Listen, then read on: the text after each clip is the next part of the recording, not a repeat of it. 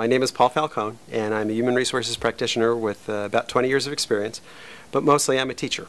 And that teaching finds its way in the form of writing, whether it's books or articles, and a lot of in front of classroom types of teaching opportunities and lectures and conferences. Any questions before we begin? Thoughts, comments? You sure? You ready to go? Let's have some fun. Yeah, public speaking is fun because you can see the people's eyes light up in the audience, and you can see when they start to look up to the left and they're starting to filter everything you're saying through their experiences, and that's when you know they're registering and it's really starting to make sense to them, and you see the lights go on right there in front of you. And I like to pick topics that are really tough topics that people have a hard time navigating in the workplace. So they should be practical, but at the same time I want them to have that aha moment, because once they realize that they can customize it and make it work for themselves, they feel like it was all worthwhile.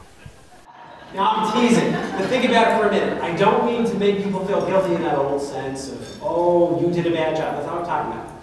Guilt is a human emotion that makes people look internally, okay? If I sit with someone and say, I can't believe you, blah, blah, blah, right away, they're going to get angry, they're going to get defensive, and they're going to come right back out.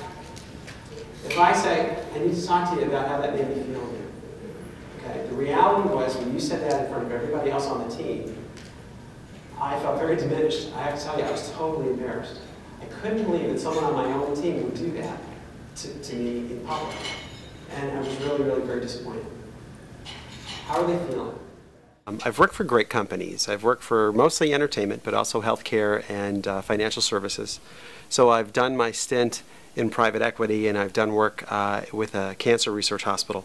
But primarily, most people associate me with my work with Paramount Pictures and Nickelodeon, as well as the Time Warner family and NBC Universal.